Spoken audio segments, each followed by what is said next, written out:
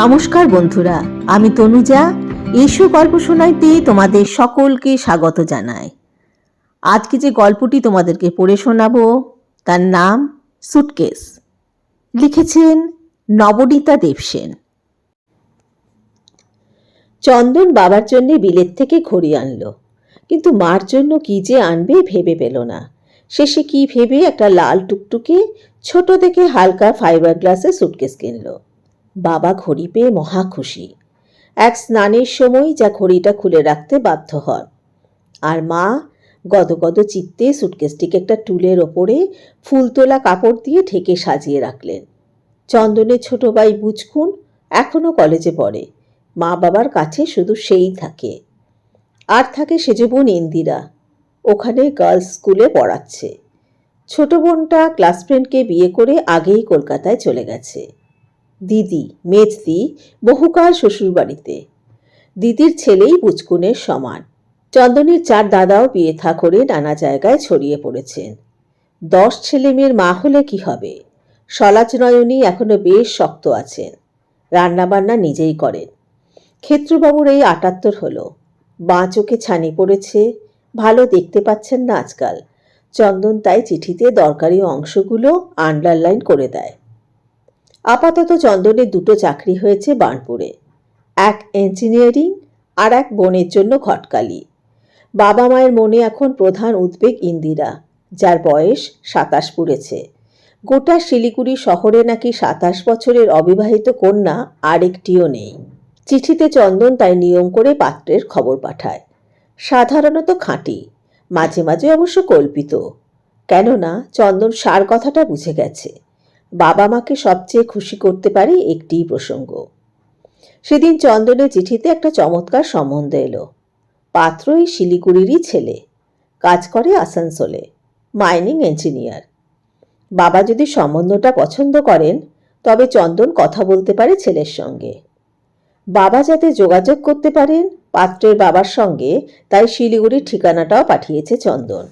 ছানি পড়া চোখে বাবা অধিকাংশ সময় আন্দাজে কাজ সারেন। তিনি আন্দাজে পড়লেন যে চন্দন কথা বলে ফেলেছে পাত্রের সঙ্গে, এখন বাবা যেন কথাটা পাকা করেন পাত্রের বাবার সঙ্গে। বাবা ছাতাটা নিয়ে জুতোতে পা গলাতে গলাতে ডাকলেন, বড় বউ, আমি একটু বেরোচ্ছি, কথাটা পাকা করে আসি। ছেলের সঙ্গে কথাবার্তা যখন হয়েই গেছে, কাল বিকেলে ওরা মেয়ে দেখে যাক। মা ওরফে বড় বউ বললেন, সে কি গো, পাকা কথা কি? চন্দন তো কোনো কথাই পারেনি এখনো। তুমি বরং যাও, পাওনা থাওনা কে কিরকম চায় সব শুনে এসো, ঘর তোর দেখে এসো। মেয়ে দেখানো এক্ষুনি কি, ও পরে হবে, কালই দেখাতে হবে না।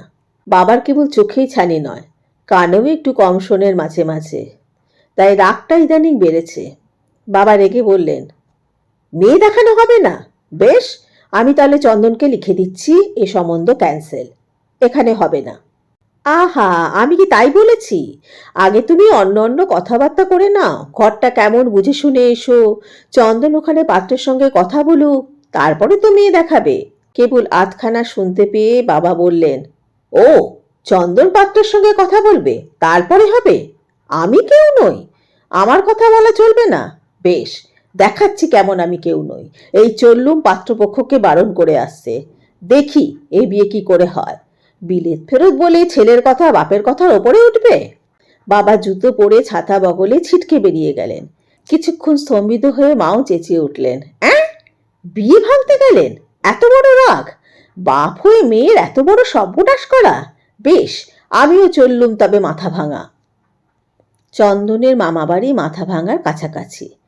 রাগ করে কথায় কথায় গত 50 বছর ধরেই সলাচনয়নী বলে আসছেন, এই চললুম আমি মাথা ভাঙা, কিন্তু তারপরে কার্যটি আর এগোয়নি।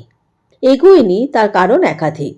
প্রথম কথা, শিলিগুড়ি থেকে মাথা ভাঙার কাছে ওই পাড়াগায় যাওয়াই ছিল এক বিপুল জটিলতা। যেতে হলে জলপাইগুড়ি হয়ে ট্রেন বদলে অন্য ট্রেন ধরে, তারপরে বাস ধরে, তারও পরে হাতি কিংবা টুলি চড়ে যেতে হতো। যদিও বা কোনো জাদু বলে মা একা একা এতটা কাণ্ড করতেন, মস্ত একটা দ্বিতীয় বাধা ছিল তোরঙ্গ। চন্দনের বাড়িতে কেবল ধীরে ধীরে স্টিলের ট্রাঙ্ক আর কাঠের প্যাকটা ছাড়া বাক্সই ছিল না। সুটকেসের চল হয়নি চন্দনের বাড়িতে। তা রাগ করে কি কেউ একখানা ধুমস ভারী তোরঙ্গ মাথায় করে বাপের বাড়ি যায়, নাকি এক কাপড়ে ভিখিরির মতনই কেউ খালি হাতে বাপের বাড়িতে গিয়ে দাঁড়াতে পারে? এই গুঁড়ো সমস্যার কারণেই মা এতদিনে চল্লু মাথা ভাঙাটাকে কাজে পরিণত করতে পারেননি। 50 বছর পরে এতদিনে সমস্যার সমাধান হয়েছে। মা ফুরফুরে হালকা বিলিতি সুটকেসে ভরে নিলেন কখানা ভালো দেখে ধোপদরস্ত শাড়ি, সেমিজ, গুরুদেবের ফটো, জপের মালা, তেল, সাবান, গামছা, ফিতে, চিরুনি, আয়না আর জমানো হাত খরচের টাকাটা।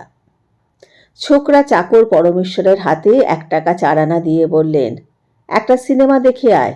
দোরে তালা লাগিয়ে দোরের চাবি, ঘরের চাবি প্রতিবেশিনীর আঁচলে বেঁধে দিয়ে এলেন। ইন্দু স্কুল থেকে এলেই তাকে দিয়ে দিও বলে। বুচকুন তখনও কলেজে। সোজা একটি রিক্সা চড়ে মা গেলেন সেন্ট্রাল বাস টার্মিনাসে। গত পুজোয় তার দাদার ছেলেরা এসেছিল। আজকাল দিব্যি টানা বাস হয়ে গেছে শিলিগুড়ি টু মাথাভাঙা। চমৎকার নতুন টারম্যাকের রাস্তা হয়েছে, বদল টদল করতে হয় না কোথাও।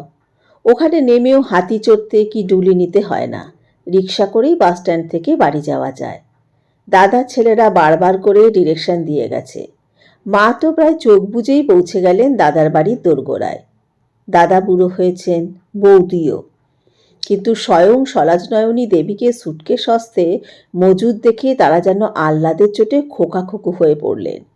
ভাইপো ভাইচি নাতি নাতনিদের মধ্যে উল্লাসের সাড়া পড়ে গেল। এই যে রিয়েল অ্যাডভেঞ্চার। এদিকে বুচকুন, ইন্দিরা আর তাদের বাবার চোখে ঘুম নেই, অন্নে রুচি নেই। রান্নাবান্না করে স্কুল করতে ইন্দুর বেশ স্ট্রেন হচ্ছে। বাবা এদিকে পরমেশ্বরের রান্না মোটেই খাবেন না। চিঠির পরে চিঠি যাচ্ছে মাথা ভাঙা, জবাব আসে না।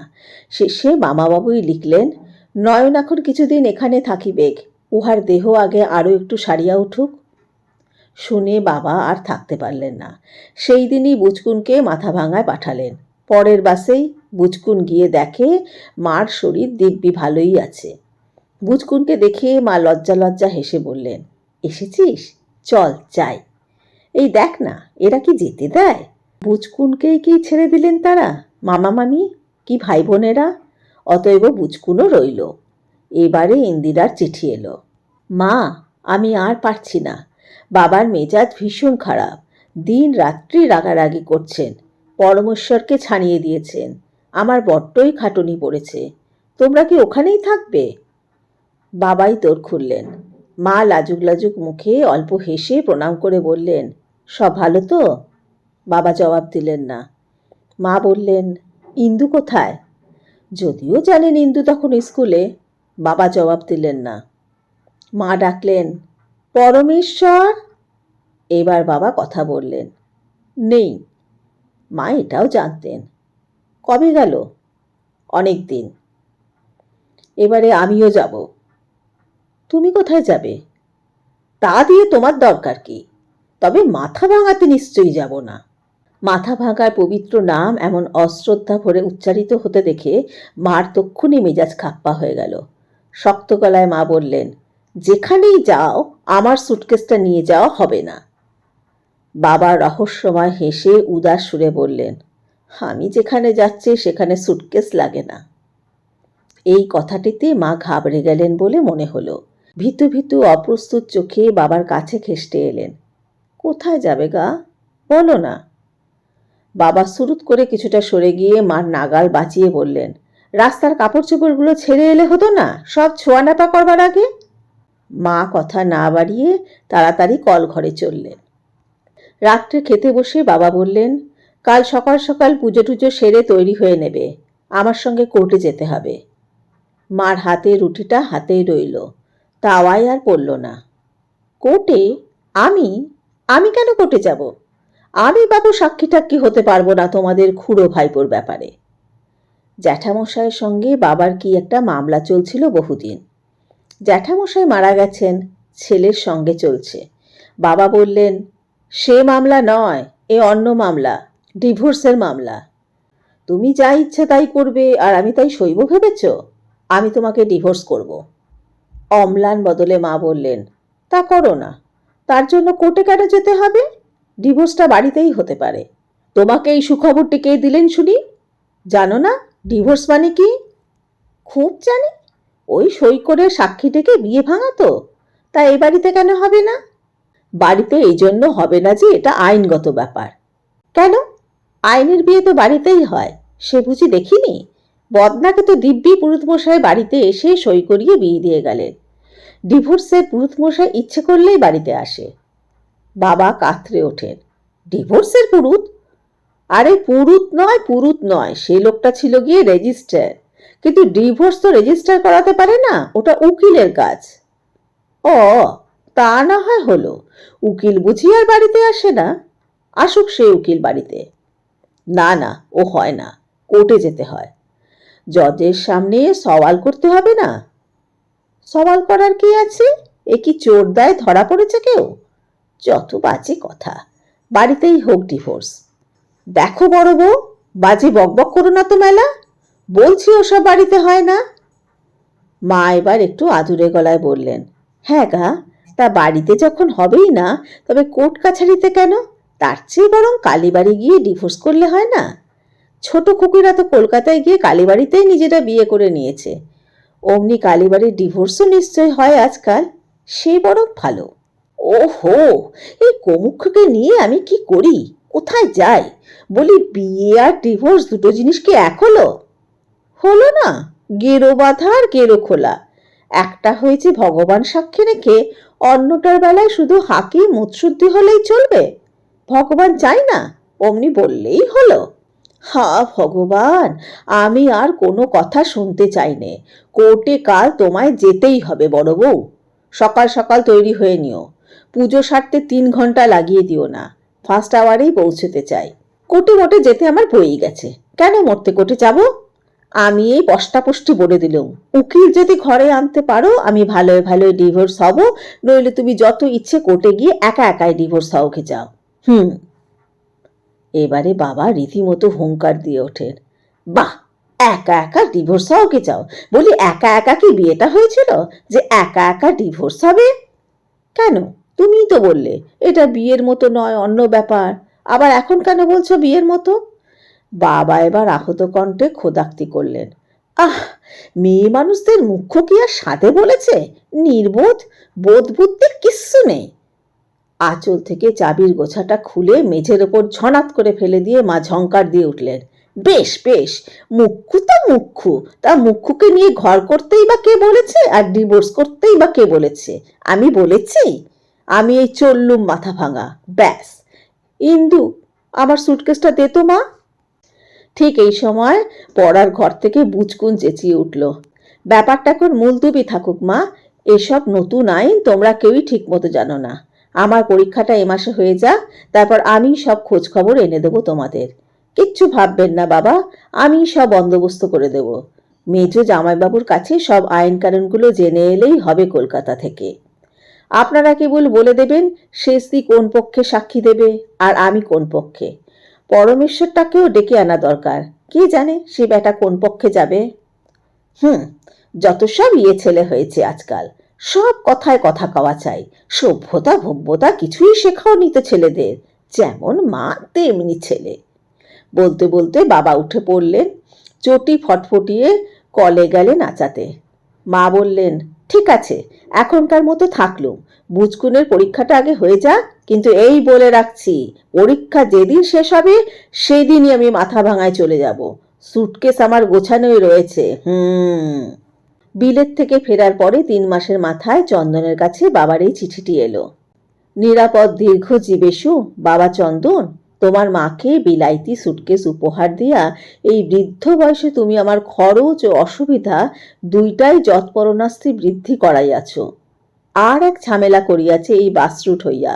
লাভের মধ্যে তোমার মা মাসের মধ্যে 3 বার সুটকেস গুছাইয়া বাসে চড়িয়া মাথা ভাঙায় গোসা করিতে চলিয়া যাইতেছেন। তাহাকে ফিরাইয়া আনিতে শ্রীমান বুচকুনকেও কলেজ কামাই করিয়া হপ্তায় হপ্তায় মাথা ভাঙায় ছুটিতে হইতেছে। খরচের কথা বাদই দাও, ইহাতে বুচকুনের পড়াশোনার জার পড়ানোই ক্ষতি হইতেছে। তাল বুঝিয়া পরমেশ্বর হতবাগা বাজারে দোহাত্তা চুরি করিতেছে। ইন্দু মায়ের স্কন্ধে রান্না বান্না, সংসারের পাট এবং চাকরি সমস্তই আসিয়া পড়িয়াছে। ইহাতে ইন্দুর স্বাস্থ্য বেশ ভাঙিয়া যাইতেছে। এভাবে চলিলে আর কেই বা উহাকে বিবাহ করিবে? আমাদিগে নাওয়া খাওয়া সকলই মাথায় উঠিয়াছে। প্রাণে স্বস্তি নাই, বাড়িতে অশান্তির সীমা নাই, চূড়ান্ত অনিয়ম সৃষ্টি হইয়াছে। ওই অলক্ষণে সুটকেস আমদানি করিয়া সংসারে ঘুণ ধরাইয়া দিয়াছ। আমার সুচিন্তিত অভিমত এই যে দুর্গাপুজোর সময় আসিয়া তুমি ওই বাহারি বিলাইতি সুটকেস অতি অবশ্যই ফিরিয়া লইয়া যাইবা, ইহার কোনো মতেই নড়চড় না হয়। এই 2 লাইন লাল পেন্সিলে আন্ডারলাইন করা। আশা করি কর্মস্থলে এবং অন্যান্য সমস্তই কুশল। শ্রী ভগবানের নিকট তোমার মঙ্গল প্রার্থনা করি। ইতি 9 আশ্বিন 1382। শ্রী ক্ষেত্রপ্রসাদ চক্রবর্তী। পুনশ্চ সুবিধা থাকিলে বরং তোমার মায়ের জন্য একটি ছোট দেখিয়া লোহার আলমারি কিনিয়া দিয়া যাইও। একটি সুটকেস দাম্পত্য কলহের কেন্দ্রবিন্দু হয়ে রসের মাধুর্যে ভরিয়ে দিল পাঠকবৃন্দকে। কি বলো আমার শ্রোতা বন্ধুরা? এতক্ষণ ধরে আমার গল্প পাঠ শোনার জন্য আন্তরিক ধন্যবাদ জানাই তোমাদের। কেমন লাগলো আজকের গল্প? যদি আমার গল্প পাঠ ভালো লেগে থাকে তাহলে আমার চ্যানেলটিকে সাবস্ক্রাইব করে লাইক করে পাশে থাকা বেল আইকনটি ক্লিক করে দিও।